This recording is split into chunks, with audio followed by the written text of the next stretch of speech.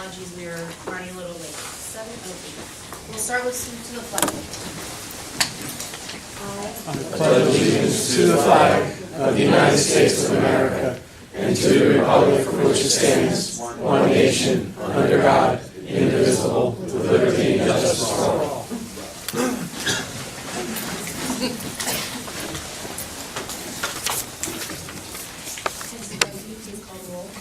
Ms. Dolan? Here. Mr. Akhmatovich? Present. Mr. Hallowell? I'm here. Mr. Anderson? Ms. Fanny Clemens here. Mr. Fumo? Here. Mr. Klein? Here. Ms. Tilbury? Here. Mr. Ott? Here. Mr. Rice? Here.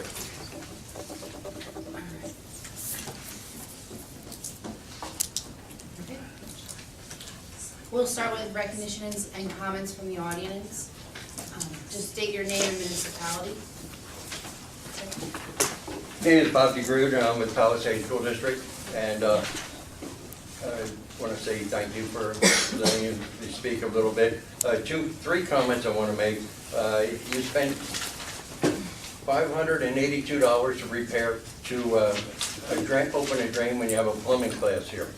I don't know, maybe it might be more serious than just a than a plugged drain. So anyway, you're getting rid of the plumbing class, or proposing that, and you have a drain that needs to be open, so you hire somebody outside already.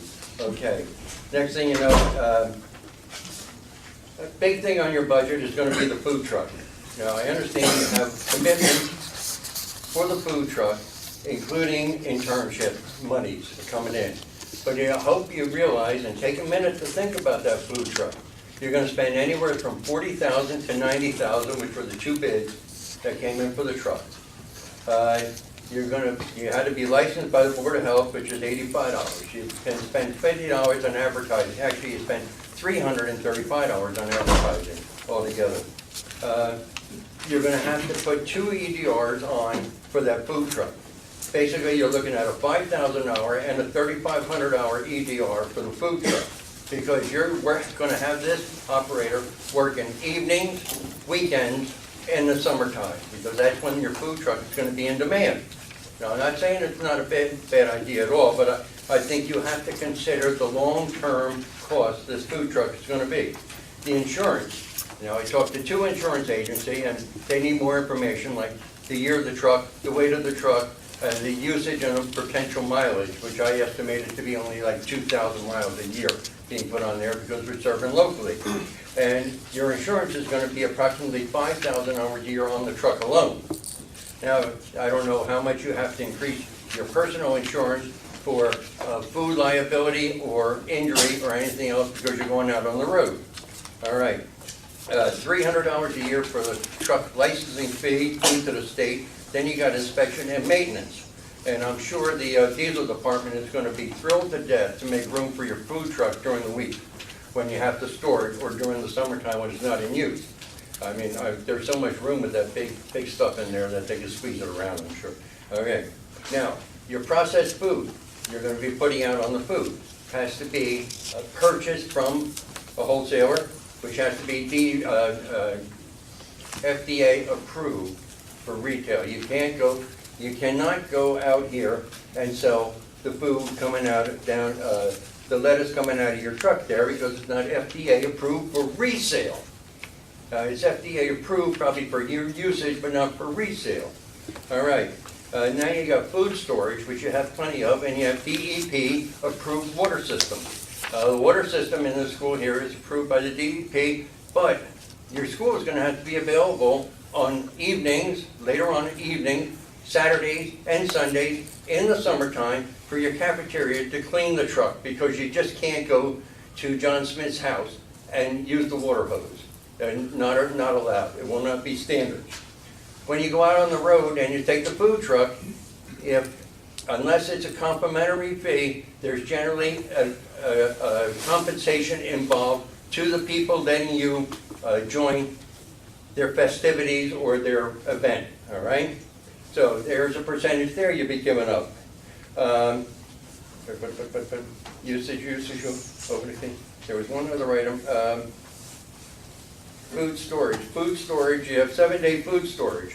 If you're gonna serve ham, let's say, and you cut a ham open, you have 7 days to use that ham up, otherwise it needs to be disposed of, thrown out. New Board of Health regulations, all right? So there, now, I'm not saying it's not a bad idea. I'm not saying, but you're gonna have continuous fees on this food truck. Your first year might be well compensated and monetary money being available. But think about next year and next year. You have a budget. You have a budget coming up. You gotta remember, the new pension program, which I think took effect this year for new hires, it's gonna take 15 to 20 years before you start seeing any effect. And your pension obligation is gonna be in 30% of your total salary within the next 2 to 3 years, if not now, sooner. All right, you gotta remember that. And now you're gonna have a food truck sitting here in the lobby. And also another thing is your lights out above the door there. Thank you. Those are our main. And I'm sorry, I'm not gonna hang around for the meeting because my son just came in from Texas and we're having dinner together. So I wanna thank you for your time. If anybody has any questions while I'm here, I'll be glad to answer before I depart. What compelled you to speak about the truck today? What compelled you to speak about the truck today? I think it's an unnecessary expenditure, really, at the present time here. You got a lot more obligations coming in, like the roof coming in, which is unexpected, I'm sure, and that brings it on. You do have an automotive department, you have a repair department, and you do have a diesel department. Why don't you buy a used truck and put it together and put our students to work, and then put it out on the road, which would be a lot less than 40 to 90,000, 89,700 and some odd dollars for the truck itself. Sir, it's a $40,000 truck. I'm sorry? $40,000 truck, fully equipped with a brand new kitchen. And if you would be so kind to write all of those points down for me, and I will investigate that. But I can't tell you that we do have a lot of backing from the chamber, and I believe that. Right. I believe that Dr. You have, as of right now, you have 5,000 hours committed, and you're expecting more. You have 25,000 hours coming in from received word, we have grant for 25,000 hours and funding for 30 internships to work here. Yes. No, I took all that into in the notice. summer for my students, because this is all about the students. They don't have a very good co-op, or, an opportunity to get out into co-op organizations. So this is gonna, it's gonna be a great venture for the students. And to comment, the chamber, they want to invite us to every chamber organization that goes on free of charge. You're not gonna charge me to bring my food truck there. The IU, the sending districts. So yes, we are securing monies from sponsorships. Right now, we're up to $15,000, and I'm hoping that we'll get more. Right. So then it'll be a wash. We're not using any taxpayer money to fund this venture at all. Zero. This year. We'll never do it. Next year, and the year after, and the year after. The truck is going to depreciate. And when I say 2 EDRs for the truck is the factor, you only have 2 seatbelts in the truck. And you're going to have more than 2 people using the truck. Sir, we're not gonna transport kids in the truck. No, you can't. No, we're not. You We're not can't. doing You that. have to take the van out, We have which our is van. another driver.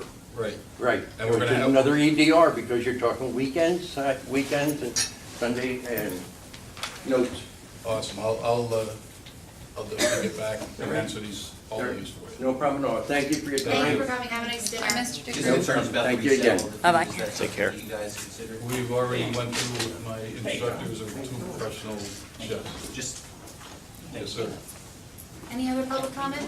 Yes, sir. Good evening. My Name name and is, municipality. Just a reminder, I'm sorry, just state your name and municipality. Sean Locke, I'm in Percy. I came home one night to find that my stepson Jason Hunsinger was distraught about news about the plumbing program. And I've asked some folks to come and support this and get behind us on the plumbing program. If you guys could just raise your hand who's here to support the plumbing program. I understand that there's a course of events and that everything is being looked at. So I have asked, and some folks have volunteered from the industry to come in and back me on this, but I would like to know one of two directions. We have students who have been working hard in this program, just starting to finish up. And if the program ends this year, where does that leave them for the certification? Second half of that question, will people from the industry want to hire them if they fall short on an education? Second part, combining it with the HVC and R, which I know on the website currently is only being proposed, which tells me you guys are gathering numbers based on interest to see if plumbing lasts this year or the end of next year. You're going to put these programs together. Has this been the decision of one person, or has this been a decision where either as a group or one person has gone to the industry and stated, this is where we're thinking of going, this is the curriculum? As members of the industry, will you support it? Will you hire these kids? Are we setting them up for success to come into the marketplace and be viable, productive members of society? I have some folks here who came. I have Mike McGraw from PHCC, Larry Shoemaker from Deluxe Plumbing, and Tom Backlund from TJ Backlund Plumbing have come out. And I'm sure they have some questions or can offer some advice, but I know this is all proposed right now. It's kind of up in the air, but since it's starting now, I feel that we'd like to get some answers and find out where the course is, and why wasn't a letter sent out to notify us that this was under consideration? Right. Larry, I don't know if you want to contribute or Yeah, I'm sorry, Larry Shoemaker. Drew my back out today, so excuse me a little bit. I'm with the PHCC, the state organization. I do a lot with PHCC National, and I am Director of Education for Allentown Master Plumbers. We currently utilize LCTI a lot, their students, their plumbing program and their HVAC program. We utilize the Bethlehem program. We have a lot of plumbing companies down in this direction that we can talk to if you need support, or if you need people to go into schools and bring students into here and advocate for the school. As an industry, we're willing to help. We came tonight to tell you we're here, we're willing to help. I don't know what the thinking is or how that decision came about to change the course, but maybe we might be able to help you remedy that. I just have one quick point I want to make before I forget. Something you said about the program. I spoke to some folks from Cooper Mechanical, which is literally in your backyard. I don't know if anyone's here from Cooper tonight, but I was told they still have a plumbing program. We thought that ended 2 years ago. I don't know who to put this on, but either on Palisades, Quakertown, and Pennridge, or the Votech School itself, shame on whoever it is responsible for a company in your backyard thinking the program was dead 2 years ago. That's embarrassing. And it only makes the school look better to turn out great students. My name is Mike McGraw. I'm from Westchester, Pennsylvania. The Executive Director for the Pennsylvania Association of Plumbing, Heating, and Cooling Contractors. I'm also the Director of Apprenticeship for the Delaware County Technical Schools. And Pennsylvania PHCC is a sponsor, registered sponsor of the Pennsylvania Department of Labor for plumbing apprenticeship programs. And the apprenticeship programs across the state are fed from students who do the plumbing programs from the technical schools. That's the majority of our apprentices come from there. In today's world, well, let's say 30, 35 years ago, plumbing and HVAC were kind of easy to do together as the same. Today, they are two totally different trades. You need special knowledge for plumbing and totally different knowledge for HVAC today with the technology and how all the equipment runs, how all the fixtures are, how they're installed. We have a shortage of people coming into the industry as it is. Plumbing services are going to become more and more expensive for the consumers for the lack of people coming in. And as Larry said, we are willing to go around, we can visit the schools that send students here, promote the plumbing program. The career, plumbing is the highest salary of the trades at the moment for entering, and then they all can come close to the same when you get to the top. But when you enter out of the apprenticeship program, the salary starting, the average starting salary for plumbing technicians is $54,620 a year. And like I said, there are two different industries, trades, plumbing and HVAC. We really would hate to see a plumbing program be shut down. We hope that you, when you make that decision to do that, and see if we can come up with a way to keep the program, and we'd be willing to help any way we can. Thank you. Sorry. I'm TJ Backlund. I'm from Doylestown, Pennsylvania. I'm the owner of Backlund Plumbing. For the last 8 years, I've sat on the executive board of the Brotherhood of Master Plumbers. In the last 2 years, I was the president. Real quick, one of your students who worked for me last summer basically kind of reached out to me and said they're planning on possibly closing the plumbing program. What were my thoughts? So could I come and speak to you? As a representative of the industry, I'm hesitant for the programs to combine based on what Mike has said and Larry. They are two separate, they're completely separate trades. And as hiring someone, I'm looking for someone who's not a jack of all trades, but who can specialize in one. It's important that they have one basic skill set that they can work at. They'll have a leg off on anyone else who we're looking to hire. There are some benefits with the PHCC when you're entering their apprenticeship program. If you've gone through a 3-year VOTEC school, your essential credits apply where you don't have to go to the first year of classes. If you've finished 3 years of VOTEC school, if there's a combination of the HVAC and the plumbing, that might completely change. And to reiterate what they were saying, for every 5 plumbers retiring, there's only 1 getting into the trade. Average age is 56, 52? 58 for a plumber. They're projecting 12% growth in the industry in the next decade. We need plumbers, and the biggest thing that is hindering my growth as a company is not the availability of work, it's the availability of labor. I turn down more work than we do because I can't find qualified help. And if you reduce this program or eliminate it, it's just going to make it that much harder. Thank you. Thank you. Yes, sir. I'm Gus. I've been in the trades for over 40 years. I'm a retired body man, and I'm intimately familiar with HVAC and plumbing. Agree with what was said before about the separation of them.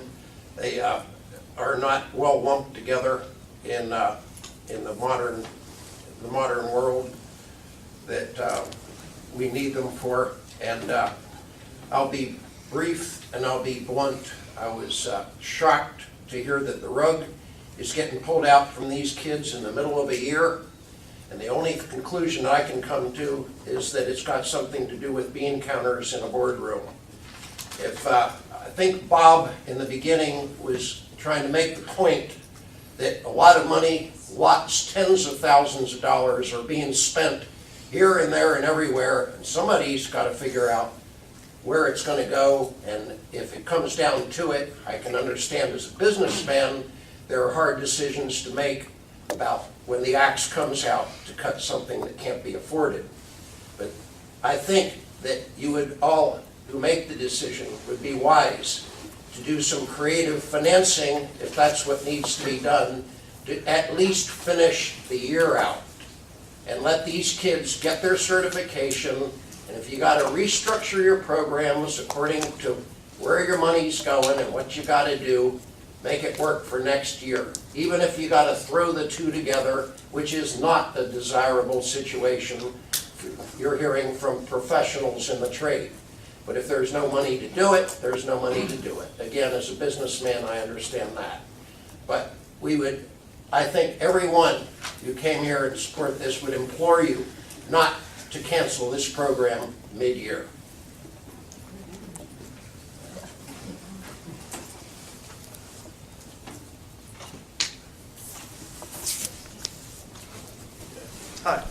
I'm Brian Moser. I happen to be the union president here, but I'm not here in that capacity tonight. So I want everybody to be clear, that's not why I'm here. I'm here to give you a little history. I am the construction trades teacher, or the construction technology teacher. And just so you know, years ago, we had a plumbing/HVAC class here at the school, and Jack Harbaugh taught it. And what happened is a kid at the sending school signed up for it because it said HVAC. And then the kid couldn't take his NOCD, he wasn't fully prepared, and we almost got into a lawsuit. And we had to take away the name HVAC from the plumbing class because it wasn't a true HVAC class. And we ended our HVAC combined plumbing class. And that's absolutely a fact. So it all depends what you plan on doing. If you plan on having two separate zip codes and having two separate programs combined in one classroom, but you're going to have to do two different national tests to do that in order not to get sued by parents thinking that their kids are actually going to get a plumbing education when in HVAC. Because we had just the opposite, where somebody was ready to sue because their kid did not get a proper HVAC education in plumbing. So if you do two separate zip codes and you have one teacher, that means that teacher has to be dual certified. They have to be certified to teach plumbing, they have to be certified to teach HVAC. I am probably the only person here who has taught dual certified two programs at the exact same time. I taught masonry and construction technology. At the same time, I ran two classes. It wasn't an AM and a PM. It was all at the same time.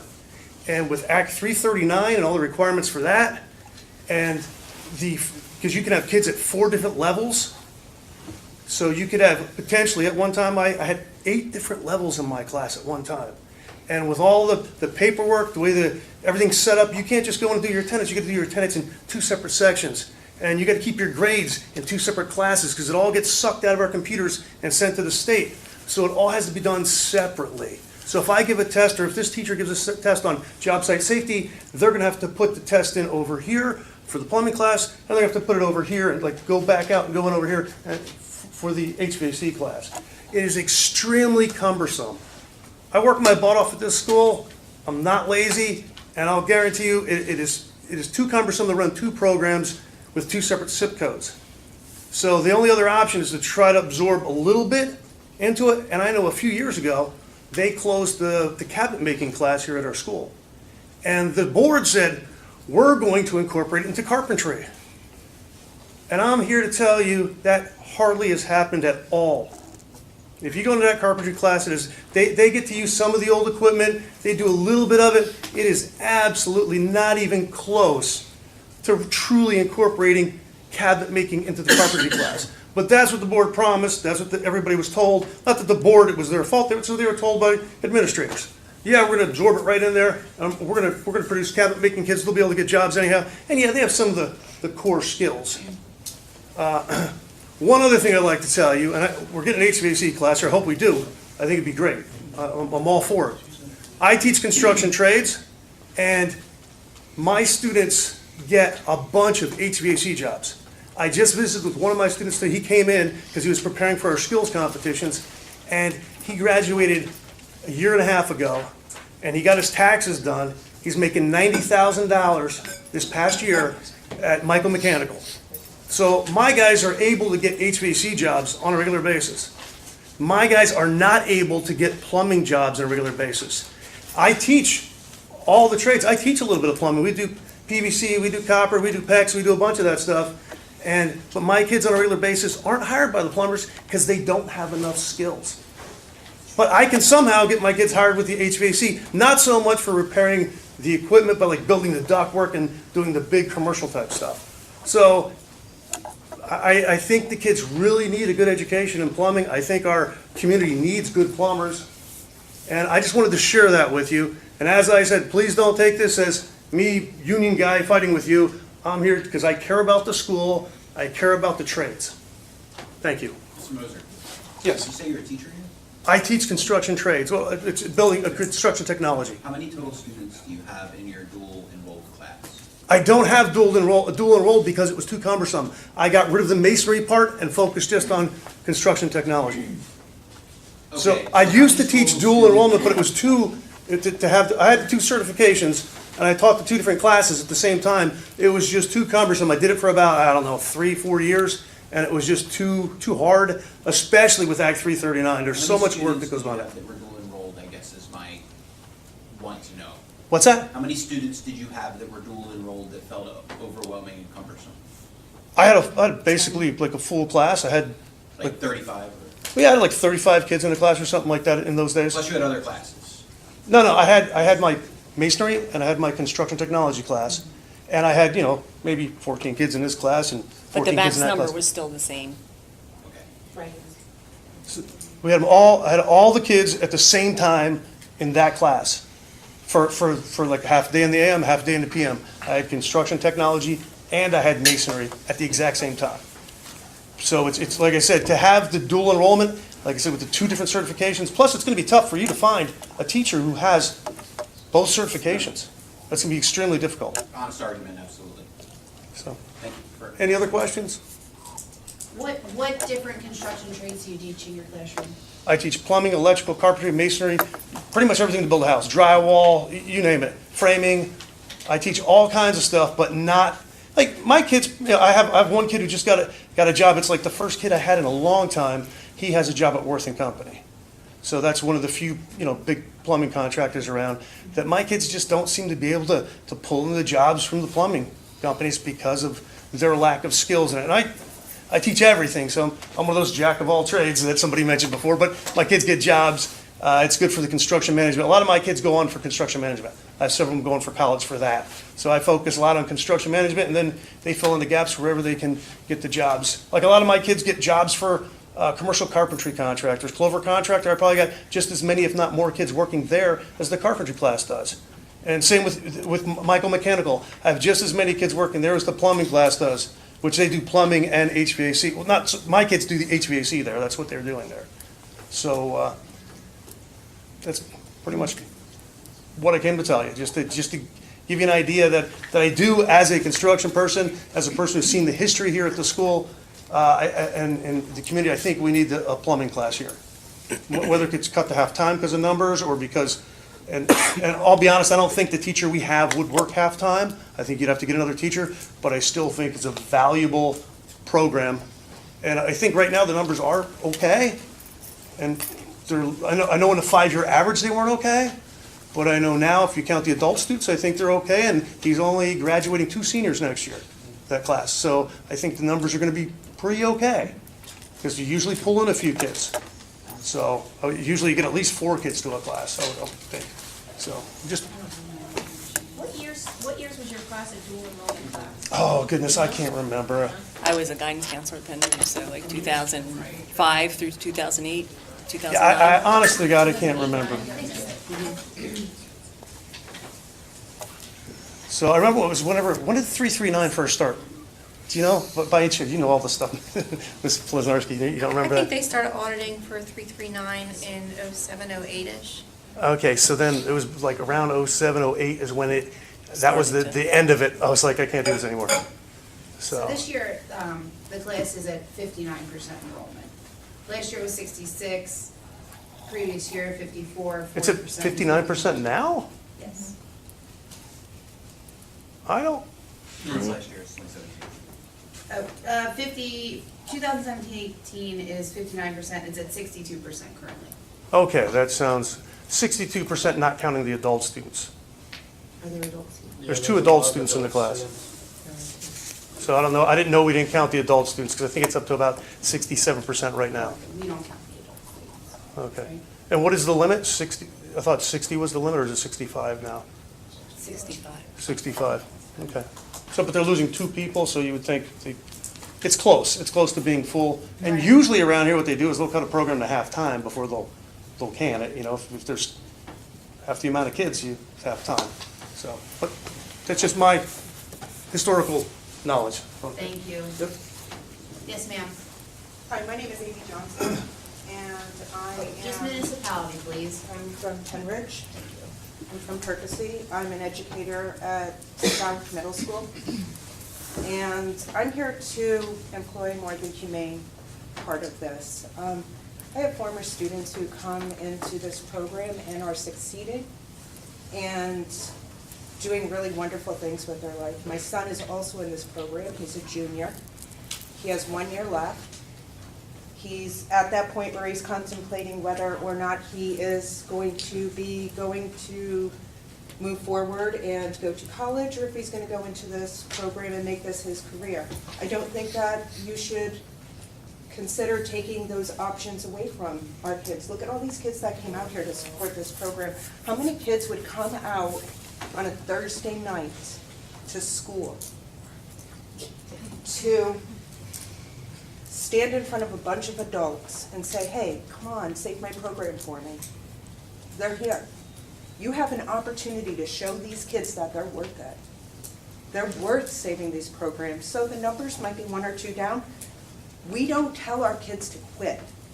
We tell our kids solve the problems, right? We're STEM. We are forcing STEM. We are pushing STEM. I'm an art teacher, so I'm not even involved necessarily in STEM. I'm trying to get STEAM. But aside from that, why can we not? If we need higher enrollment, please go in front of the board and say, listen, you have a perfect program that works hand in hand with our programs. Look at what happened to your carpentry when our high school opened up the STEM program and woodworking and carpentry, and they're making guitars. Your program significantly increased because kids were coming because they're interested. Kids in middle school don't even know about plumbing. So why don't we start introducing our students through the STEM program rather through solving these complex problems that are things that are not necessarily applicable to real world situations, and let's introduce them to plumbing. Let's introduce them to all of the programs that they have here through our STEM program. We have the equipment, we have the teachers, you have the resources, you have people here who want to support the community, support your program, hire our students. You have students standing here saying, please give me a chance. Do this for me. We could either turn our backs on them and say, numbers don't work, sorry guys. Or we could show them that we're a bunch of adults that believe in them. And that's why I'm an educator, because I want to be here. There's one of my students, there's 2 of my students, and I'll tell you what. My son couldn't be here tonight because he had something else to do, but I am so proud to stand here with former students and say, do this for them. Because they need this. They may not fit into your traditional college tracks. They may not fit into your traditional paths. Let them decide what they're going to do with their lives. Let them decide, and let's help them along the way. Let's not bail on them. They really do need us right now. And it's going to be easy for us to just check that box and say, you know what, we can't make it work, guys. We're sorry. We're going to combine. But you know and I know when you combine classes, too many students in a class don't work. I teach art, and I know how hard it is to teach art for 30 students. You're going to put kids in their mixed ability levels, one teacher, machinery, all different types of learning disabilities, differences, coming from different places, and you want them to succeed, but you're setting them up for failure. That's not fair. We could be better than that. That's all I have to say. Thank you.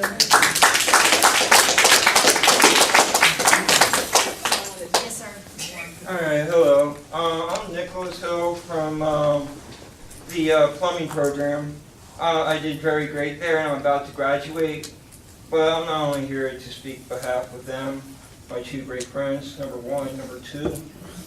I'm also here to speak about the true victim in this situation, the American workforce. Now, here's how the American workforce is affected. It's called the domino theory. If you kick one thing down, so in this case, it's plumbing. This is our workforce. Now, there's nothing going into this bottle because nobody's getting trained to do it.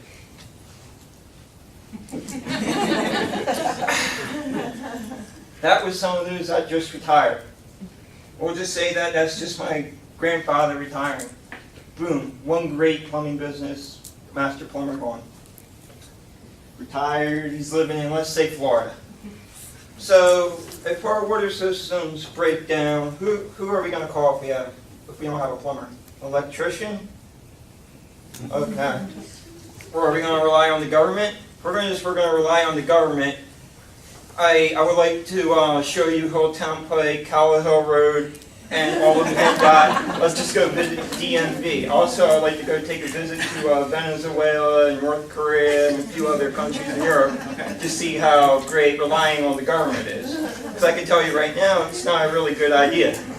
With that being said, I think also, my grandfather's paying $8,000 in school tax a year.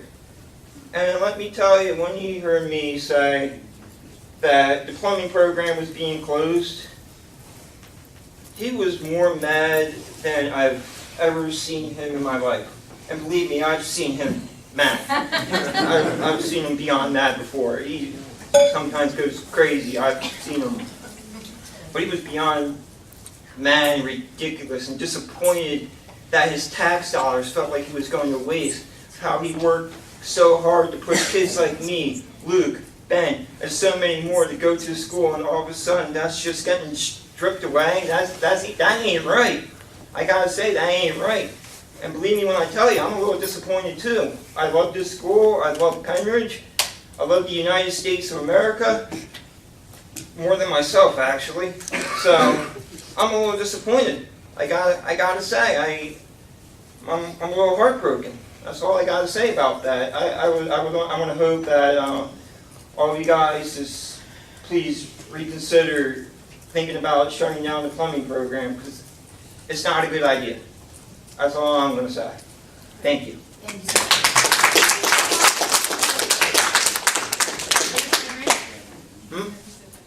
Pennridge? Yeah. Okay, thank you. No, Mhm. graduate.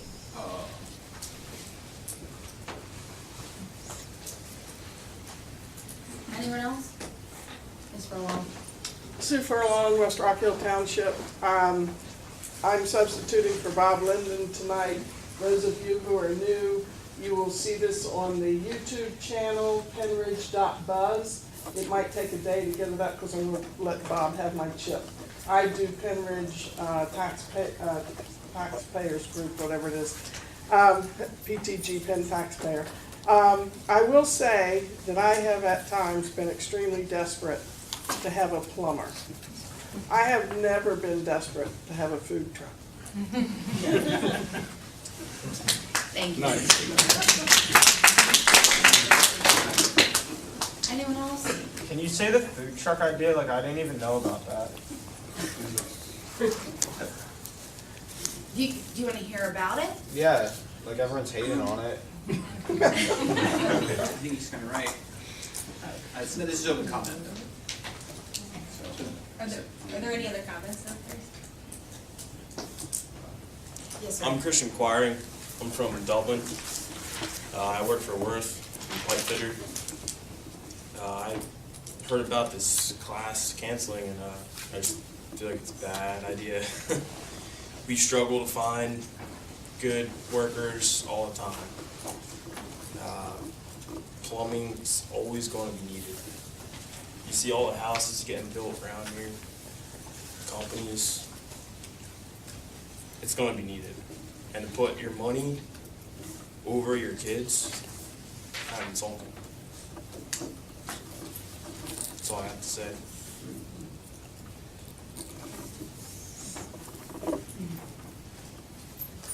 Thank you. Anyone? Yes, ma'am. Beth Summers, Courtesy. I just would like to ask the board if they know what plumbing entails other than toilets. It's our sprinkler systems in hospitals, it's irrigation systems, it's way more, it's gas lines, it's not just toilets and tubs. I think you need to know that this is a bigger industry and there's a lot to it, and to combine these classes, they're not gonna get what they need to expand into this. It's a huge industry, it's bigger than I think you think it is. That's what I think. Thank you.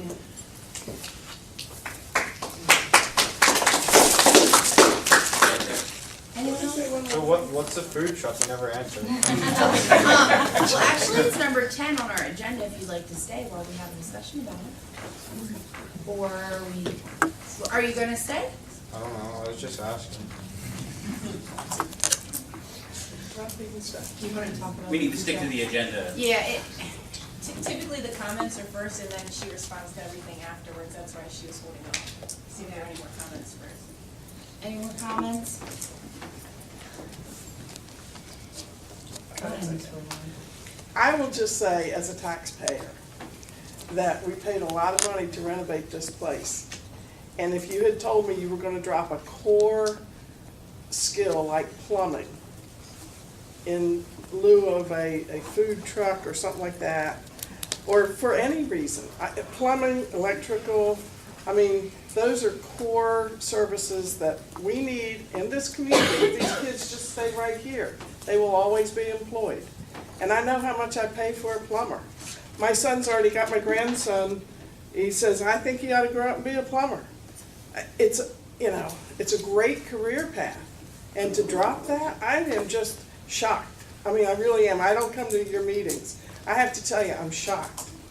And it's, you know, you ought to look at your other career paths that you're training kids for.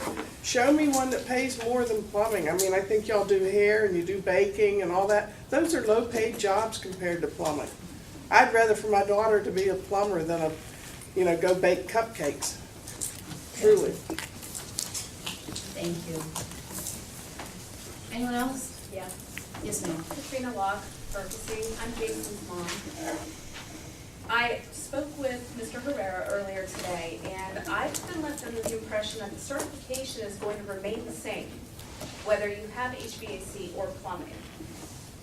What happens with the kids that don't take well in the second, third year because they're no longer under Mr. Sir with the program? My son is a totally different kid today than when he came into the program, all because of Mr. Sir. And I understand he's not here tonight, but most of these kids are the way they are because of that teacher. You're doing them a disservice removing that teacher and that program. Maybe you guys need to start reaching out to the students a year earlier and review it before they come into 9th grade. You only see them 8th grade, they come in and take a quick tour if they're interested after a slideshow and some music. Maybe you guys need to reach out with a little more. I went to a VOTEC school, and the only thing that pushed me into it was I was never going to go to college and I was never going to be a football player. That was the venue in my hometown. You guys have to reach out with more than what you're giving them right now. You are closing the plumbing program because of lack of interest. Give them something to be interested in. Something grabbed each one of these kids. You've got to give these other kids more because it's not fair to any of them, and especially not Mr. Sir. Thank you, ma'am.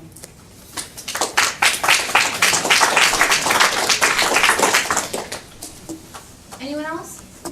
Yes, sir. Luke Orbert from Sellersville. I just wanted to say that when Sir told us the news on, I forgot what day it was, but everyone in the class just wanted to get out here and just express how we feel. I've been in the class for 3 years. I just got a co-op job this week. I start next week. So what does that mean for next year? Am I going to have to quit and put that on my resume, saying I had to quit my job because my tech school no longer carried my program? Because I'm not going to be able to do a plumbing job if I'm in an HVAC shop, is what I was told. And like around here, we've been helping the janitorial staff with installing water fountains. Up in animal technology, we installed a sink. We've just been helping them. Right now we're installing a water fountain outside the B&I room. And Craig is very thankful for us for helping him because he's got a lot of stuff to do in a day. And if he can get students more involved in the school to help him, it helps the students more. That's all I have to say. Thank you.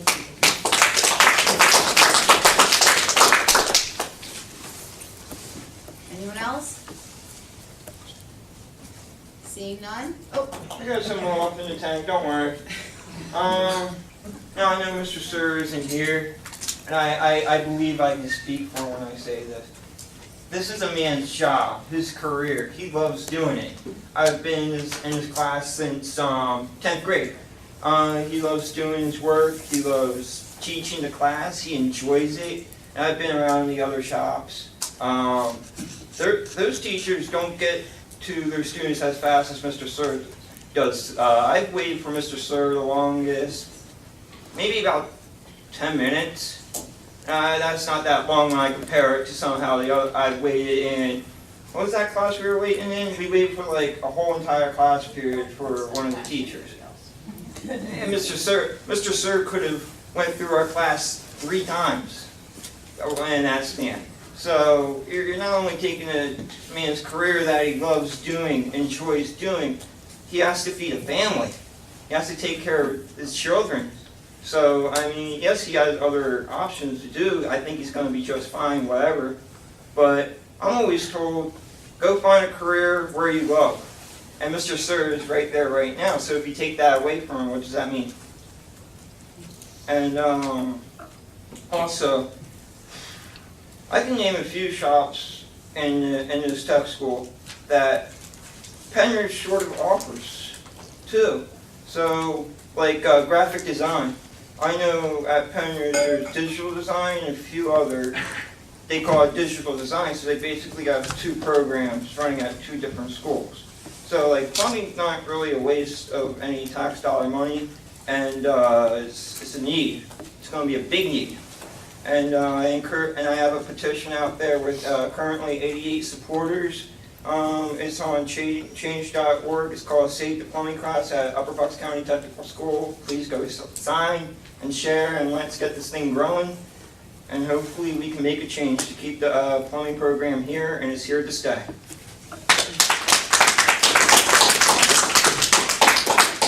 Thank you.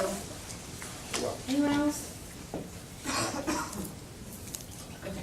Seeing none, we have a statement prepared because we were ready for everyone to come in. Last week, rumors circulated within our county that Upper Bucks County Tech School is considering closing the plumbing program. This information is slightly misleading. There are 2 programs in Upper Bucks County that have experienced low enrollment. In an effort to ensure that we offer programs that interest students and create good career opportunities, the administration of UBCTS has worked with the JOC to explore expanding these programs to increase student interest and expand opportunities for all students. In the case of our plumbing program, we are in the process of investigating opening an HVAC program. The intention of the school would be to hire a teacher who is duly certified and experienced in both HVAC and plumbing. Additionally, any person who meets the qualifications will be considered. Expanding this program would include HVAC. It will increase student interest and create more career opportunities for students. Upper Bucks County Tech School views this potential change as a positive change for the students. We apologize for any misinformation that was shared with students, parents, and our business partners. As the JOC moves forward in making a decision, any program changes will be communicated to students and parents. Can I make a statement to that? Nancy Orberg, Pennridge. That's a statement you prepared before you heard from all these people. That doesn't really seem, I mean, obviously you had to prepare something at a time, but that is not what you've heard here tonight. If you can still say, after hearing from particularly the professionals, that it's going to be the same thing, everybody's still going to get their same certifications, someone wasn't paying attention. Thank you. Your program will be, I heard someone say that it might be cut mid-year, that's not true. And everything is still in works, and ma'am, I came here, I'm a graduate, and it changed my school experience as well. So my heart is here, and like your son, I had a wonderful teacher who turned school completely around for me, so I completely understand. Did you lose that teacher within months or the first year of you starting here? I'm just relating that I had a teacher here who changed my life as well. I understand that, and I appreciate that. However, based on your statement, based on their statements, stating to all of us here, they don't need HVAC jack of all trades. They need plumbers. And you guys are pretty much going, yeah, we're testing the water to see where it is. Maybe you should test your methods on reeling the fish in a little bit. because what you're doing isn't working. If your numbers are dropping, it's not lack of interest, it's lack of knowledge. These kids weren't interested in VOTEC until months before they were starting here. Months before the end of their 8th grade year. What's wrong with that? My VOTEC, I knew about my VOTEC at the beginning of my 8th grade year, the end of my 7th grade year. We were given options. You can come in, you can tour. You don't have to make your decision until the middle of your 8th grade year. You can tour again. You guys aren't doing something right, especially if you've heard from all these people. Nobody wants the plumbing class to leave. They need plumbers, and you guys are still going, we're still testing the waters. Thank you. Just one quick question.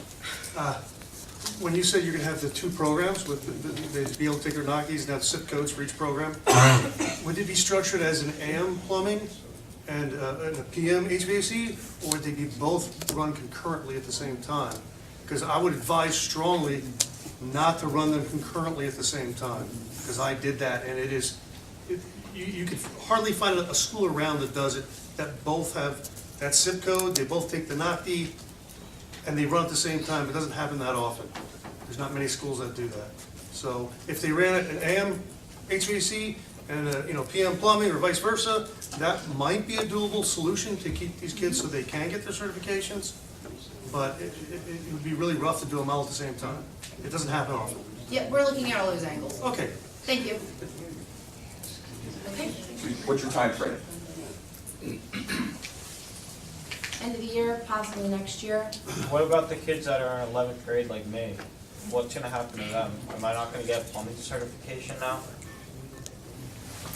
I'm gonna make sure that everyone gets their certification. What about the freshmen that are in it? They're just coming into it. Are they gonna have to be forced to do something they don't wanna? Well, I'm hoping to be able to hire a dual certified instructor. So what, sir's getting fired because there's not enough kids in there? He's a professional. He's telling you can't put plumbing and HVAC together. He knows from experience it doesn't work. And now you're trying to tell us that you're going to do it. It can't be done. He knows it for a fact. He's been doing it for a living. I don't know if you know my background, I did it for 17 years. But weren't you And I was an very, educator very, for 17 years? HVAC and I was very, together? very successful. My students were placed in every aspect, both the HVAC and the plumbing. I ran 2 zip codes. I had 4 different levels going at the same time, 86-minute periods. It is doable. The first year, if I can break it down, the first level of students would receive basic safety, hand tools, power tools, all the safety issues would be the first year. That's freshman year or sophomore year. And then there's the following year, they'd go in, they'd come back into my class. For a half a year, we do HVAC, the other half a year we do plumbing. After that completion of the second year, they would choose which track they would want to go to. So I had 12 kids that go to plumbing, and I had 27 kids that wanted to go HVAC. I was there by myself, didn't have any help, and I made it happen. I have a curriculum already made up for that to happen, because it can be done. There are schools around the state of Pennsylvania that have combined both plumbing and HVAC, and it works. It works. If you have a plan, it works. And I satisfied the HVAC people, and I satisfied the plumbing people. Why do I say that? My uncle is a plumber business. He owns it. He owns it. He hired my guys. I have friends that have an HVAC business. They own it. They hired my kids. You know, it's all on what you make the program. So none of my kids in this building are going to walk out of here without being prepared to go into their chosen field, such as plumbing or HVAC. We're just trying to open up the boundaries to give more kids an opportunity to come to our building and have a taste of HVAC or have a taste of plumbing, because quite frankly, plumbing is under-enrolled. It's just under-enrolled. With all due respect, you were an educator for 20-plus years in the Hazleton School District. The jobs that you were seating those kids in were through connections, either by relations or friendships. You have professionals who I don't believe are your friends. Let me finish, please. I let you finish. who I don't believe are your relations or your friends, and they're telling you it's not what they're looking for. I understand that you've educated, but have you been in the trades in the past 20 years, as these gentlemen are, and are telling you what they're looking for? Yes, sir, I have been. I worked with a contractor for the 17 years. Prior to me getting into teaching, I worked as a supervisor of the trades at Bethlehem Steel. That's the corporate headquarters. I was in the field. I was in the field for 17 years prior. I'm only in administration for this is 5 years in administration, so X out the last 5 years, I've been in the field. I build houses, I put in the HVAC, I do the plumbing, I do the carpentry, I do the tile work, we do it all. I work with my uncle on a basis when they can't have enough people to come out. He'll call me up. I'm not afraid to go out and get dirty. He'll call me up on the weekend. Hey Jeff, come on out. I'm out there. So yes, I do stay up on my trade, and I do pick and choose the people that I will do the work for because I'm in a position that I can do that. Yes, sir. If I can say one last thing, or at least one thing. I'm Bill Warner. I'm the superintendent of Quakertown. I don't believe anyone from Quakertown has put their hand up. Are they out there from Quakertown?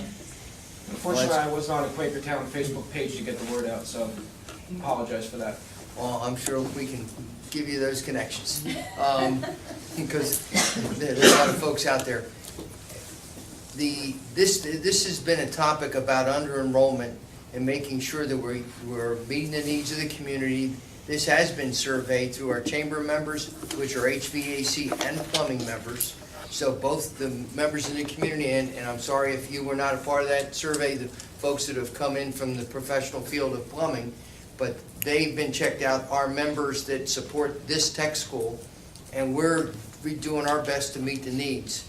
The superintendents, we meet in here once a month, every month except for July, I think, and we've been briefed on this. We want to make sure that all of our students, I know Dr. Bolton and his 3 board members that are up here are briefed on making sure every student who has started the plumbing program will have an opportunity to graduate with a plumbing cert and be employable out there.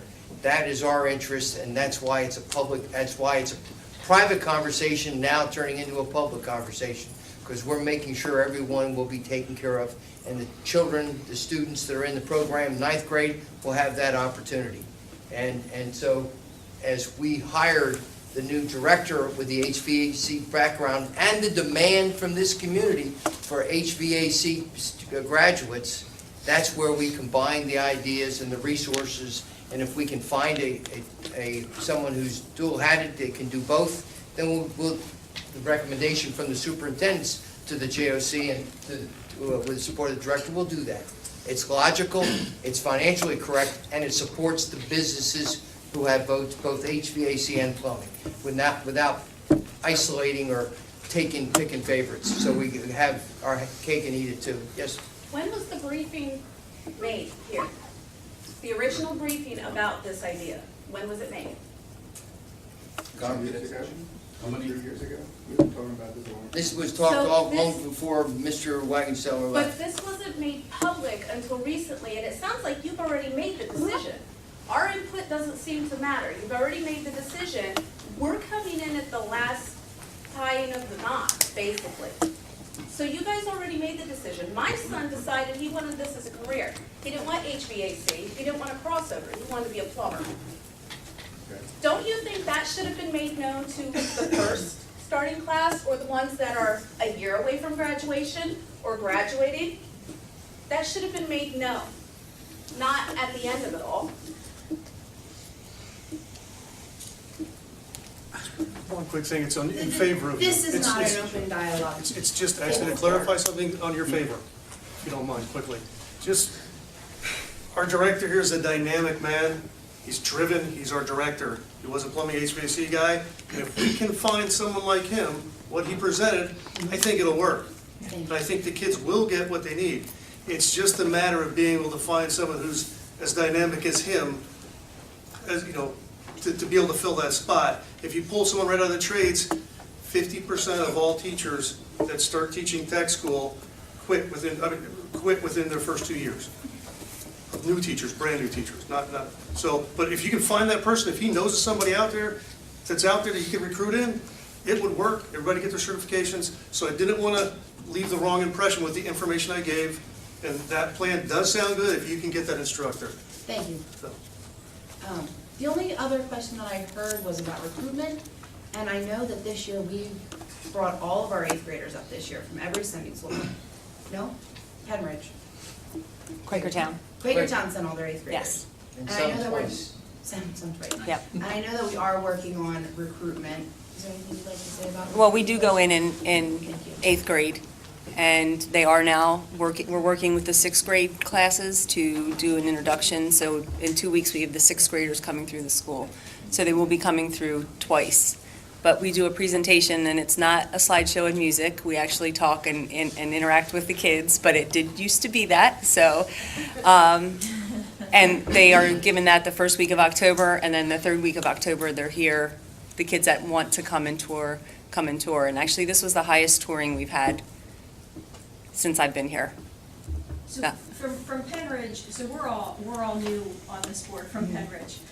So I can't speak to the history, but I can tell you that Dr. Bolton and our counselors and our principals and some of us as board members came here and specifically had a meeting recently a few months ago, specifically talking about recruitment and what can Pennridge do to help spread the word about the tech school, to help our kids learn about this earlier so that they, so that our kids are more aware of the opportunities that are over here. And so there were several great plans that came out of that meeting, and so there are a lot more, there's a lot more engagement with younger students, trying to get that message out and share with them earlier on what these programs are.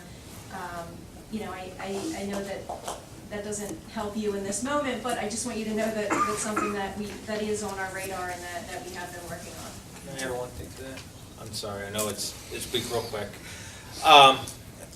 LCTI, Bethlehem Vodec, both have night open houses, Yep. which We do is that. heavily attended We do the same. by not only the parents and the students, but by plumbing contractors and other contractors outside, which bring in a lot of students, and they both have waiting lists to get into their classes. Thank you. Okay. Announcements?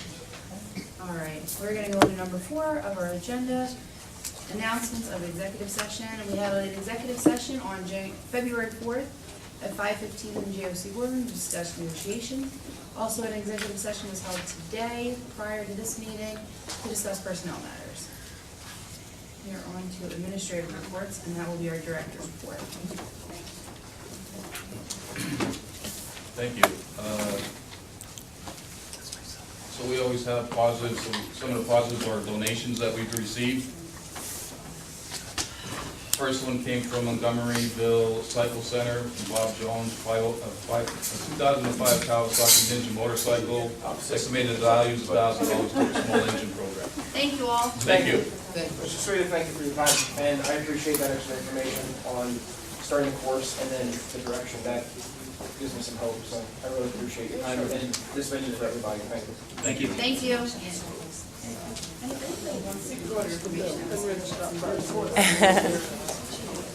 Thank you, kids. Hey, Mr. Quiring, good to see you. Surprise membership. Oh, no, I do. This is saturate the market. Thank you. thank you.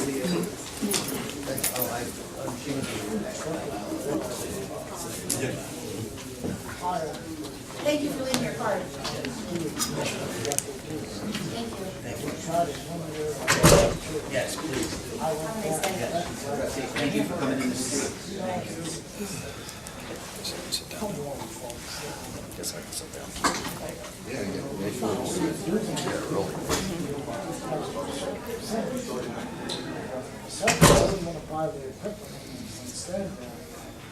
Okay, I guess I'll continue with the donations. Hart Mechanical, 1 box of 304 stainless steel strips for TIG welding, $100 value for a welding program.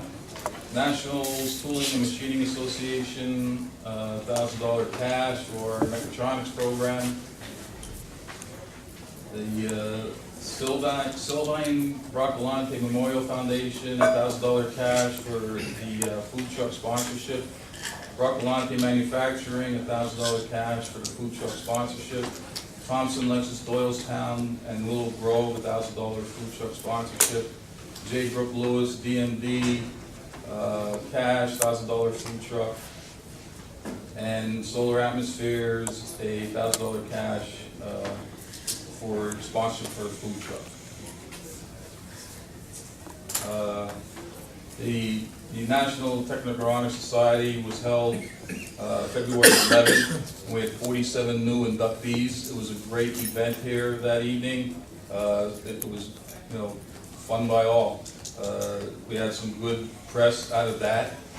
Social media had some nice press saying that we treated our kids, like we normally do. With high esteem, high standards. They're dressed very well, and I was really proud of all of them. Last year, the school recycled 42 tons. I've got a question. Do we have a cord or something that they wear for graduation? They have a white tassel. There is a tassel, tassel from here, or? Yeah. No, it's across for their hat. Just like an NHS. Yeah. Yellow tassel. Yeah, but an NHS has a cord around their neck. I don't think we ordered those. So, just curious, making sure that we're in alignment, then and our tech school students get recognized. Is it equitable to an NHS? Yes. Yeah. No, it's the same thing.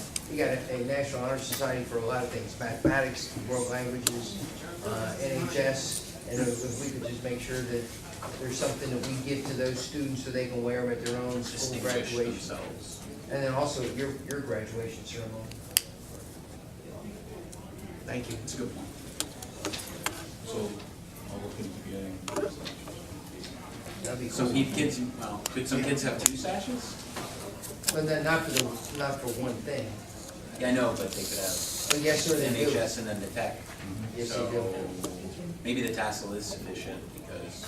Well, it doesn't go with the district's thing. I don't think our kids wear tassels. I know at Pennridge they wear the National Technical. It's gold for National Honor Society. National Technical is white. Right, and they wear them. Quakertown, they don't wear tassels at all. I think they just have Quakertown blue. Well, that's a district by district thing maybe, rather than a If there's They do get the tassel from If the there's tech just school. a sash or something like that that goes. They received a tassel at the ceremony. So we would have to bring that back to home schools to see if they would be able to wear it during their high school. They're not a problem at all. I'm sure every superintendent supports that. I think maybe you could have a conversation with Dr. Bolton about it, because I know that's the topic of conversation they're talking about now, is what the graduation attire should be. And it's actually happening right now, so the sooner you can have that conversation with him about what direction you think would be beneficial, I think that would be helpful for him. Got it. Message the team. Bridget will be in on that, sir. Yes, I know she will. So, back to school, we recycled 42 tons. This includes paper, plastic, glass, and metal. And the Home Builders Association event on February 14th, the students were very amazed at what went on. They were very well dressed. The organization was impressed with our students and the positive day and experience that they had. And Mr. Herrera, Dr. Herrera could talk briefly on their experience down there. Getting involved with an organization goes above and beyond some of our current advisory members. The Home Builders Association, whom we signed the alliance with, has been great. They've opened up their doors.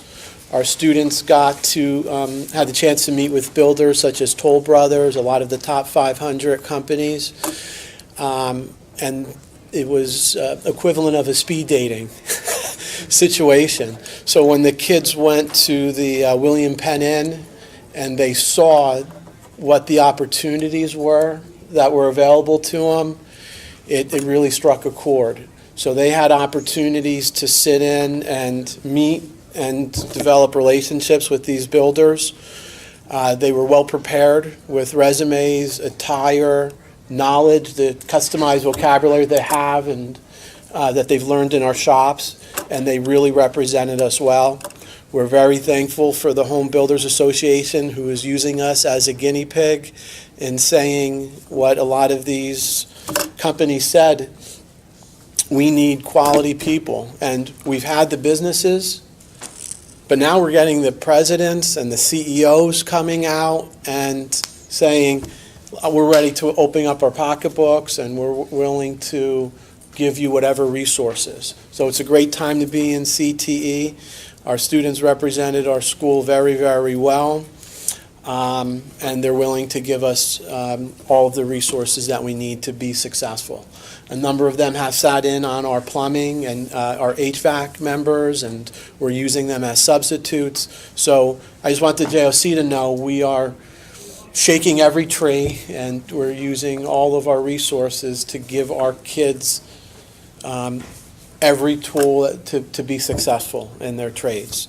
And whether that includes advertising, a number of these companies writing letters of support, so they're there for us. Thank you. And then finally, our student of the month, Kirsten Phillips. So come on up, Kirsten. Not only is she student of the month, she's the most patient student of the month. Yes. and your parents, so thank you very much. So I'd like to introduce you to Kirsten Phillips. She is a fourth-year culinary student, and while she's been, or actually, she didn't come as a culinary student, which is why I love this place. These kids get to check out some other things. She thought she wanted to do graphic occupations. I think that may be because her brother was in culinary and she was trying to stay away from him. But after visiting culinary, she realized that she was more interested in cooking than she had first thought she was. And her brother, it's not about him, but he was extremely successful, and she has not only followed in his footsteps, but has exceeded his successes, so it's just awesome. So Kirsten is a member of NTHS. She's a first honors student. She was awarded Most Outstanding Level 1, 2, 3 student from her teacher, so we've got one more year to go, so I'm sure we all know where that's going. She competed in Skills USA Culinary Challenge. I don't know if there's any board members here that went to the Culinary Challenge, and she and her partner won. That was our first year of winning, and she was identified as top chef, placing first, and this led them to, the funny thing is, she is I think one of the shyest people that I know, but she's everywhere. Like, if there's ever an event here, she is here to volunteer. She volunteers relentlessly. But she had to go on a TV show on Channel 69 News, and they had to do a cooking segment because they won this. And I know she was mortified when she went, but it was a pretty cool experience. I don't think he said too much, but she demonstrated so she could show her skills on this TV show. That was pretty cool. She is competing in the Skills USA Culinary District Competition. Once that happens, I don't know if you realize that has been canceled and rescheduled and canceled and rescheduled, and I think we're going to get it in the next 4 days, knock on wood. But she will be competing there and hopefully hoping for a top 3, she said.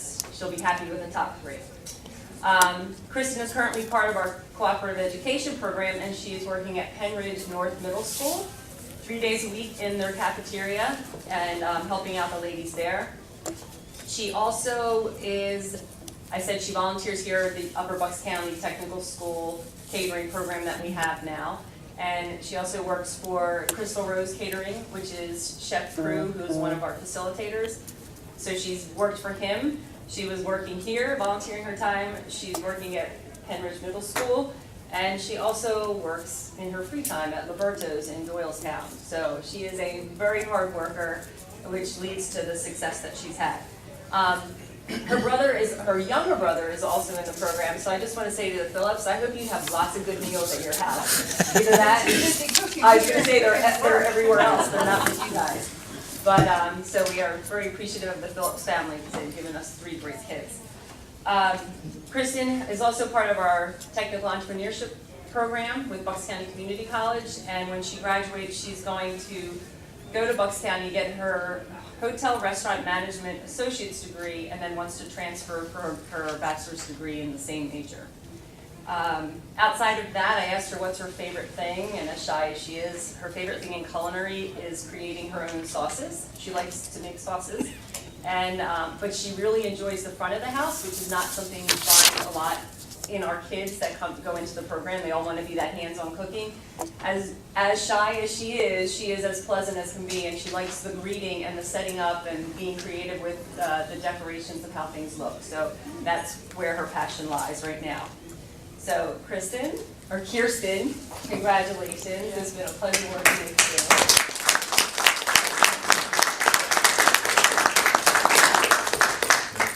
On behalf of the Upper Bucks County Area Technical School and the JOC and administration faculty, we want to present you with the February Student of the Month plaque. Congratulations.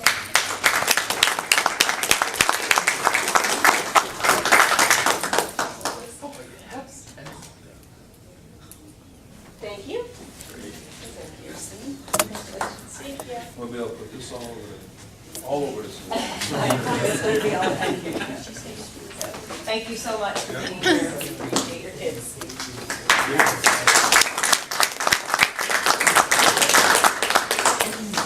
Congratulations. Thank you for your patience.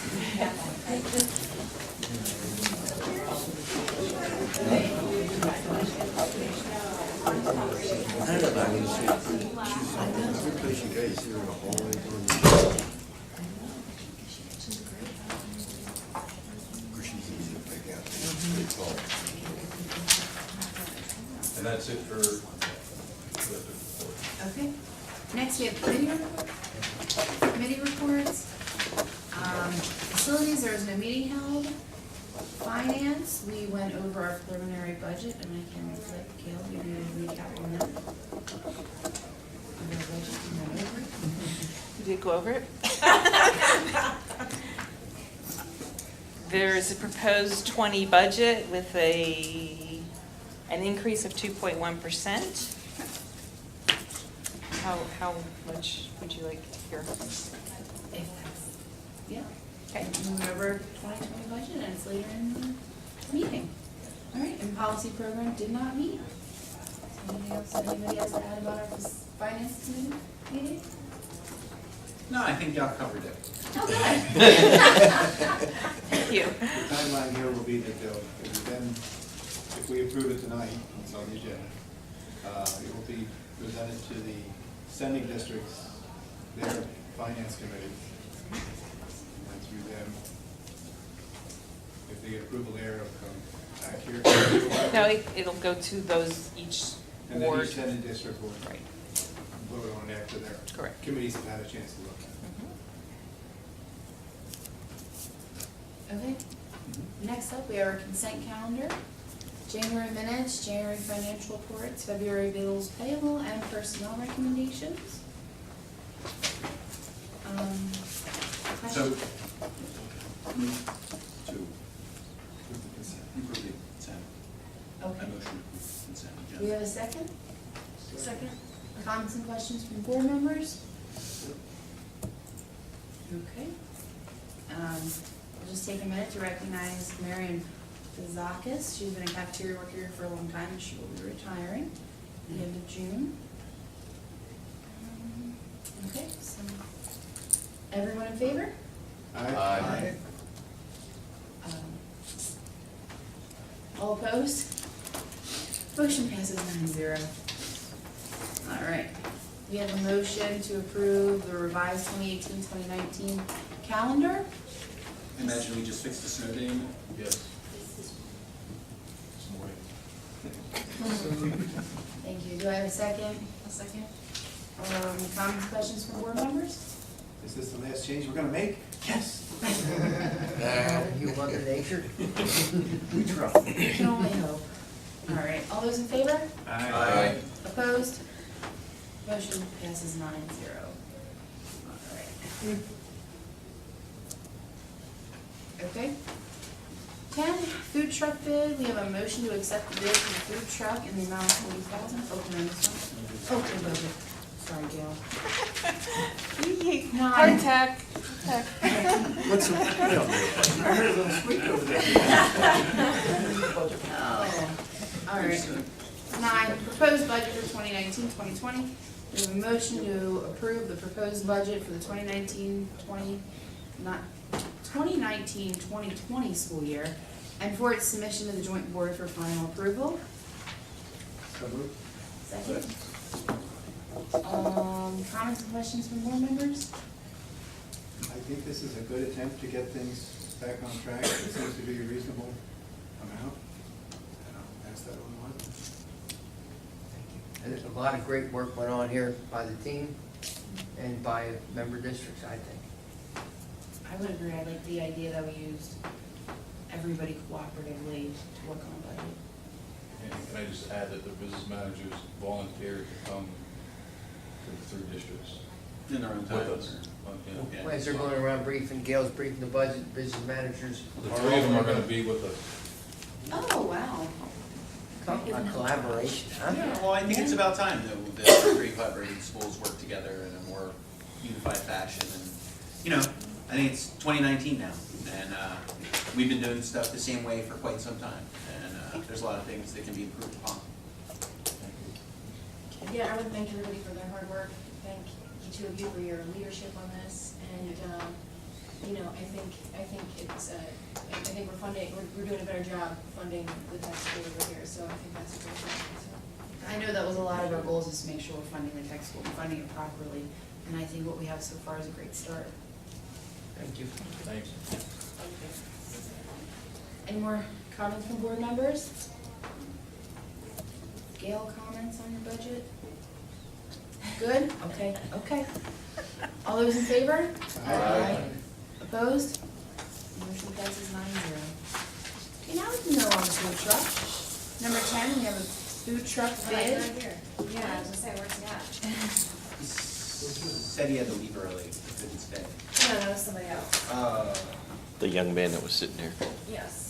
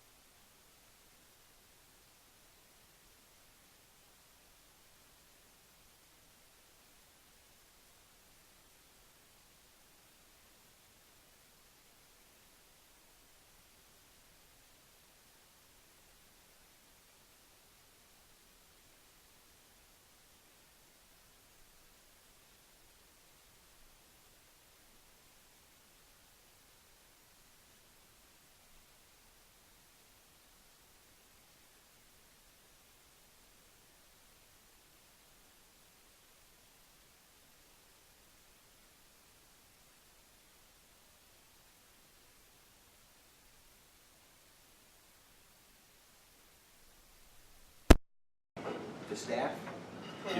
I think you might have we've had discussions We've had about it, so I discussions, think I don't you know if you were there, because he gave I us think all you this missed it. information before about it. Did a PowerPoint. You don't like them, but I can send you that PowerPoint. All right. In fact, Jeff, you were so passionate, I thought you were gonna take the food truck. Yeah, I thought he was gonna drive it around. Well, That and a Harley. that had a heart. Go cut your teeth. Thanks. So basically, people are gonna let us bring the food truck, the students are gonna cook, the students are gonna be compensated with salary that are given to us via grants, it seems like, at this Yes. moment in time. Exactly. So we just gotta invest in the truck, slap a logo on it, and some of where the truck's gonna go out to, and the two super. He not was even supervised. looking into sponsorship too, so we get advertisements on the truck for sponsorships. Yeah, and how much money in sponsorships do we So have? you were looking at Army and some at Agri. Well, right now, I can give you, 15 cents. I'll give you a quick summary. Okay. that I wrote to that gentleman that gave me all of these notes, but a brief summary of the food truck. Alice Collier from the Workforce Development Board helped us write 2 grants. One would be a business edge grant, and we spend it between July 1st and June 30th. July 1st of 2019 and June 30th of 2020, which is a $31,660 grant. We want to run a 2-week camp with that, as well as student-run enterprises. And then we had a slip grant, which we have to spend through May 6th or 7th, I'm not sure what the exact date, we have until August 31st to spend $60,350 to fund 20 to 30 interns, or interns that go out into, we're going to pay them. We're also going to have 5 of those individuals work for us in the summer on our grounds, cutting grass and working in the building as well, so we'll be able to pay them. And then we're going to send 20 of them out into the workforce, the local business and industry. So we have that kind of grant. So that's an awesome, talk about collaboration between the schools and business and industry. All they do is take our kids on an internship. We're going to pay the kids to be there through this grant, and they don't have to pay them anything. They're just going to get the experience. Those wages that we approved a few months ago, those low wages, I kind of inference that they're not like $8 an hour for an intern employee. No, No, I this can is attest to different. that. We took advantage of that last summer on an internship. For plumbing, it was $14.50 an hour that they paid. We paid the extra over top of what we pay our people. The grant requires a 25% employer contribution this year, so they pay 75%, and students have to make at least $10.35. Okay. But if you want to hire someone making more than that, that could count towards his 25% contribution. So what It's a about the great food opportunity. truck and the wages that we're going to pay on the food truck? Well, I think we put it down at around 10, was it 10, Kathleen, or $11 an hour? For the food truck. Well, no, actually it's a stipend. Each kid is allowed to make up to $600. $600 stipend. So we have 25 to 30 kids that want to work it, so we have to make a schedule. Okay. So we don't go over that $600 stipend. In hours and time slots. All right, gotcha. Yep. All right. So, and I also have, I've been working closely with the. But how much is it hourly, please? It was more than 10. It was like, More than 10. yeah, Okay. it was at least 10. It was 10 to. Thank you. Yeah. And I think, so the idea is to get the money to cover the upfront expenses, and then the hope is that, in sales, we become, Exactly. right, that hopefully we even make money and not necessarily lose money on it, so. And if I have to drive it, Whatever. I'm counting on it. listen, I'll be doing it all, but, I did this idea at my old school, and I have a molder there about 3 years behind, so I want to make sure that we get ahead. Okay. And I've been working closely with the Bucks Chamber, the Upper Bucks and Bucks County Chamber with. Central Bucks? Upper Bucks and Central Bucks Chamber? Right, both. And they're behind us 100%. They're gonna support us. They want to make sure that they bring us or send our truck to their local, foodies and events. They're not gonna charge us to be there because they'll be back with the kids. And they're really helpful with that. There's also the farmer's market too. Right, and they're also looking for sponsorships for us, too. They're sending sponsorships to us. And speaking of sponsorships, please tell me the sponsors that you've got so far. So far, money in hand. Money in hand, I have Broccolante Manufacturing, Thompson Lexus in Doylestown, J. Brooks Lewis GMD, Solar Atmospheres, Local Union ITW 375, and the Sylvan Broccolante Memorial Foundation, which totals $6,000. I have a IOU from Penn Bank of $1,000, the U.S. Army for $5,000, and the Palisades Foundation has committed $3,000, and Lampire, I have a question mark because I don't know what the amount is going to be. So the grand total of $15,000 sponsors as of today. I'm not incredibly thrilled about the Army sponsorship.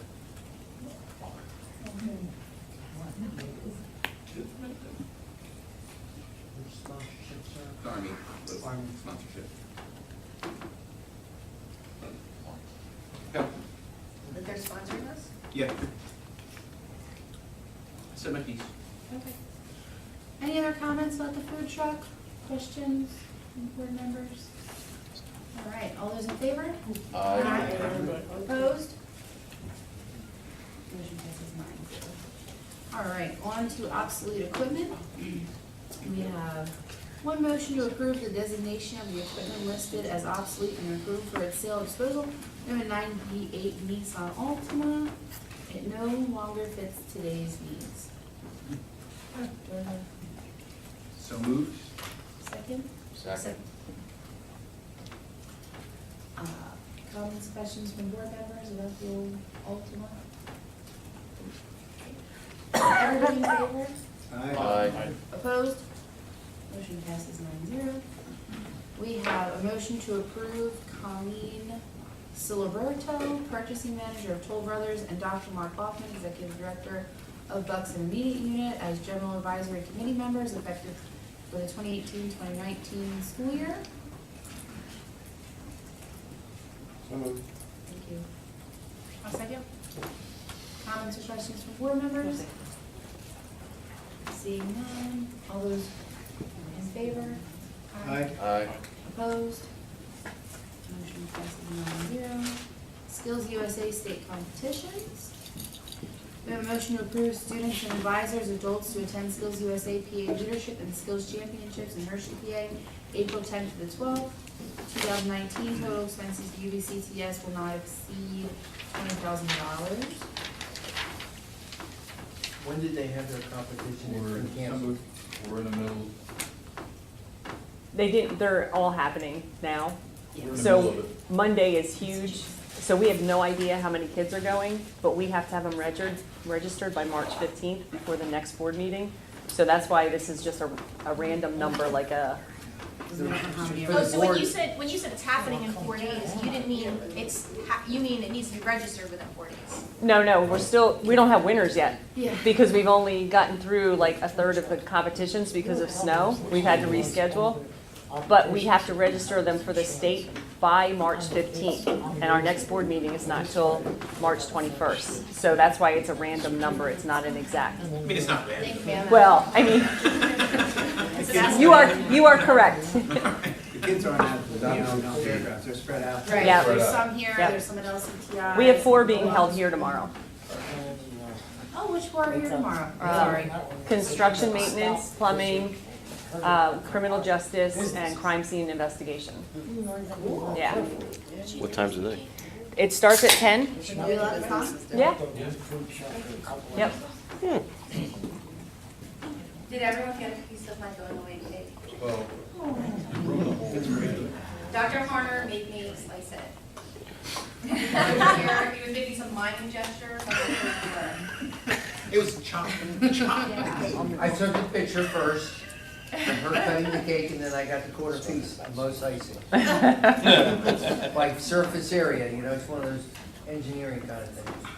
I still need a second on this motion. I'll second. Thank you. Now, any more comments or questions from board members? I just wanted to thank you for keeping track of everything that's going on. Yeah. Thanks, Tracy. So we have some competitions here tomorrow. They start at 10.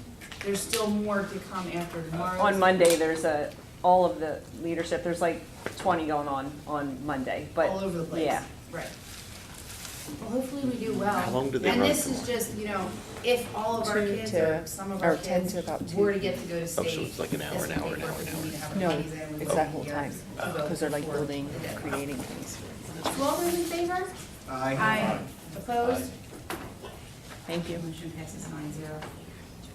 All right, and we're back to recognition and comments from the audience. I know why Bob comes.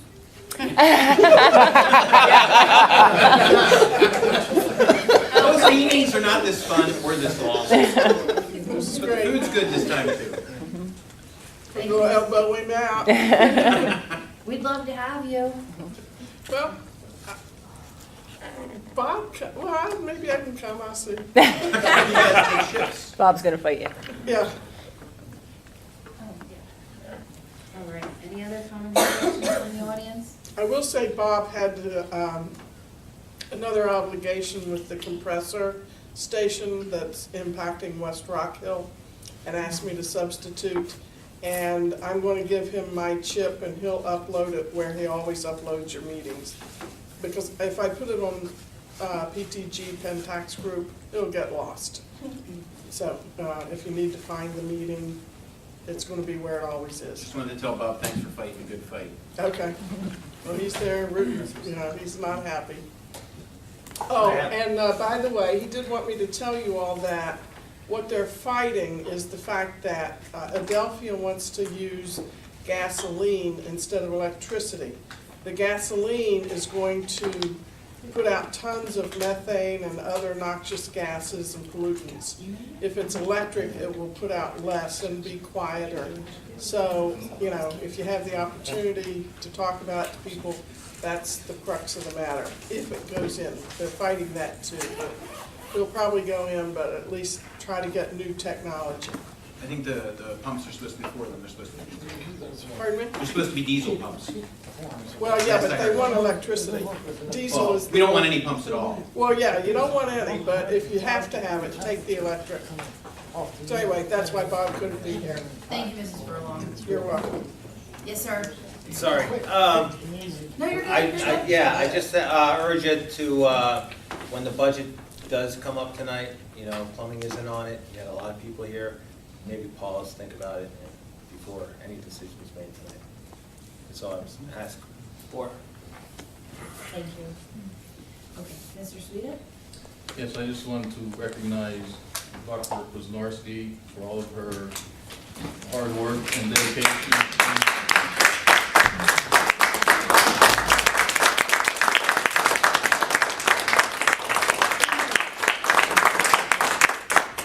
She spent a lot of years here, and she's moving on to another school. We're sad to see her go. I've worked with her for the last 8 months, and we formed a great team, and she's a wealth of knowledge, and I wish her all the best in her new position. Thank you very much. And we got it. And you had great cake.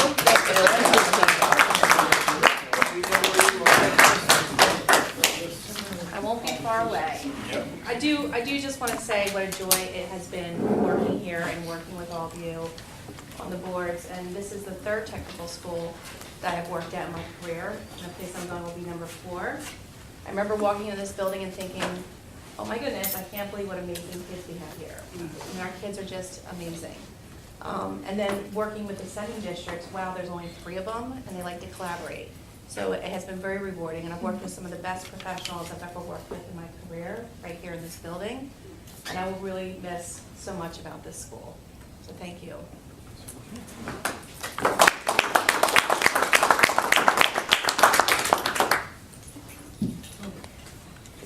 Thank you, Ms. Blazonowski. Dr. Blazonowski. Pardon me. Okay, so we are on to more announcements. Our next regular scheduled JOC board meeting is scheduled for March 21st, 2019, 7 p.m. in the JOC boardroom.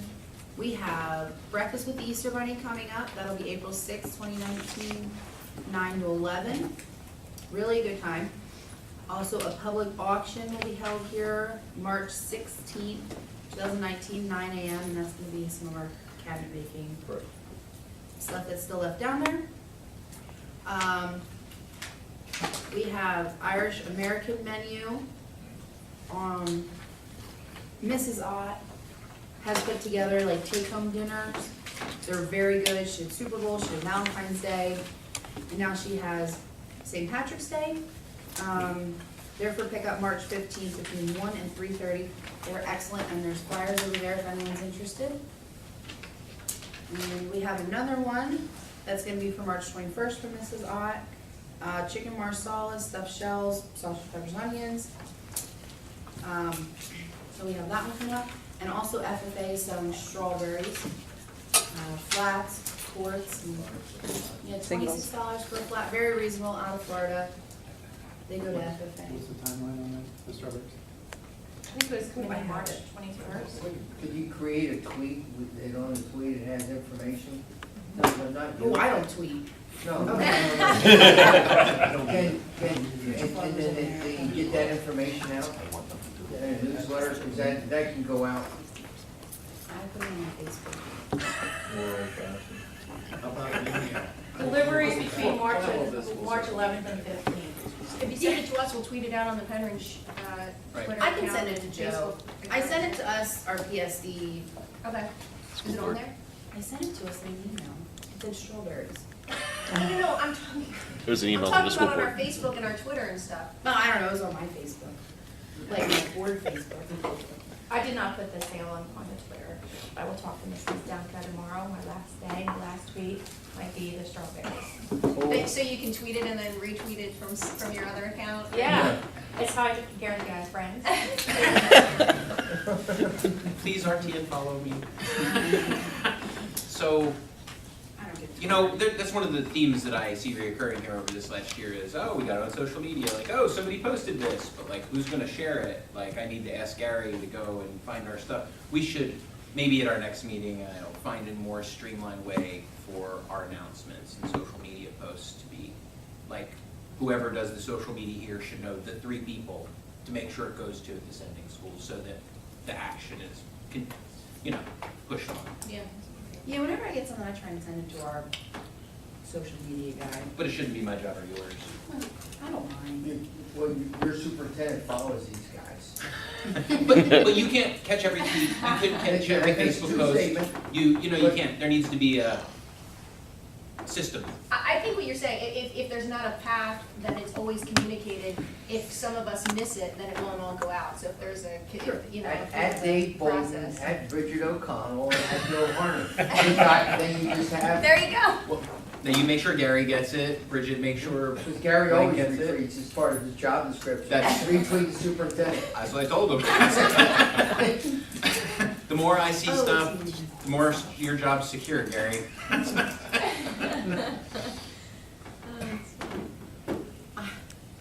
And we'll have an executive session after this meeting, adjourn to discuss negotiations. Well, then we can adjourn. Adjourn then jump to the next week and adjourn. Wait, no, joint operating committee concerns first, did you? Yeah. Oh, okay. I thought you were saying. Number adjourning. 16, any joint operating committee concerns tonight?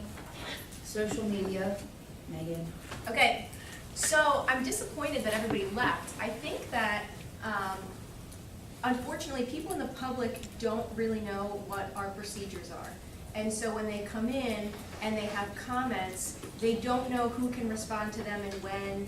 And I think it's difficult because they don't know that the rest of us can't respond until now, and so they're all gone. So now when it's our turn to all respond, right, because we can't really respond, that's at that point in time, everybody's gone.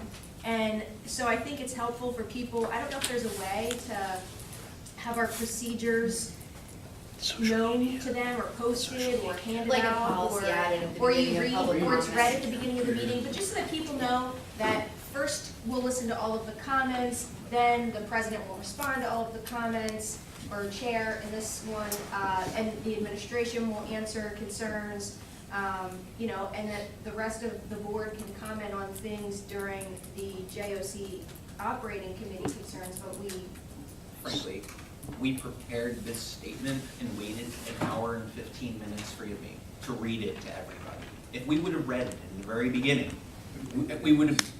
I agree with that, and I think that would have been helpful. But yeah, it would. Because then it wouldn't have been, and then we could have had the concerns addressed afterwards. I also just wanted to say, I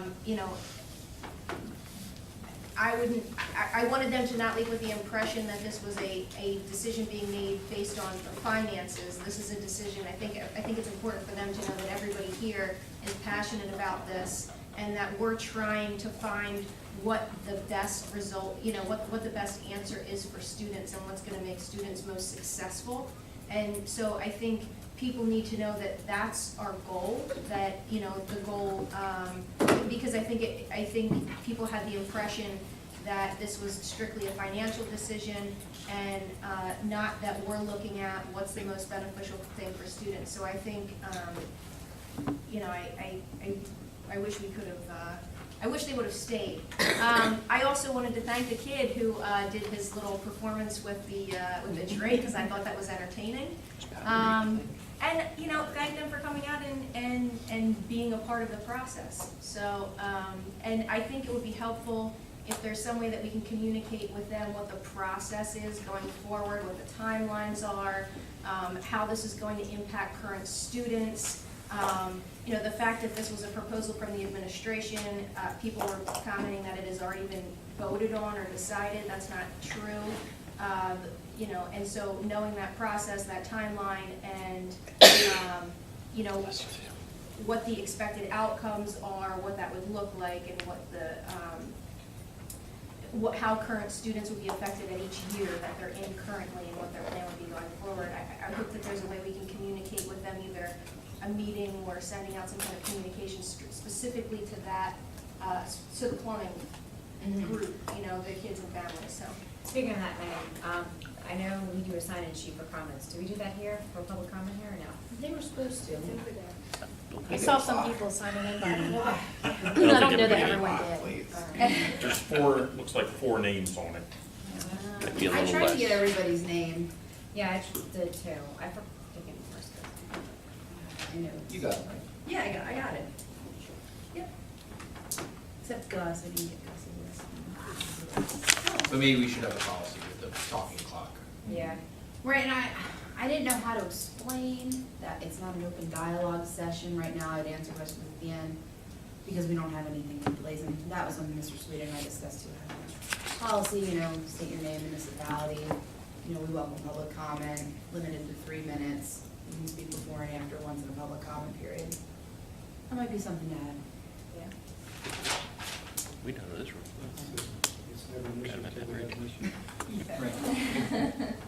Well, yeah, we don't usually have an audience, we don't usually have a significant I audience. think We it's usually great just though that have a people handful of came people. out passionately caring about something. I love that. I love when people come out. That's why these are here. What's supposed to happen, exactly, they heard a rumor, they came out, we listened to them.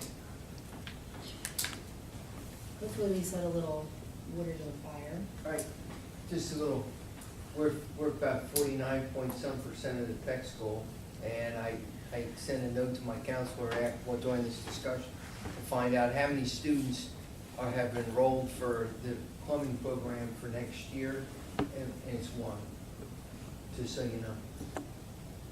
Is that the middle school too? That is the middle school, The middle that's school? rising 9th graders. What kind of power do you have? I wrote that, I sent that email. I sent that same email today and I didn't get an answer. Do you know how many total students are projected to go into that program? Right now, not. Okay. That's 1 for Quakertown. I know 1 of Pennridge, but we haven't gotten all of Pennridge's. Right, and how many students toured that program? 35, and of that, what, like 7 showed interest in plumbing? No, we got Rough 2 number. signed up.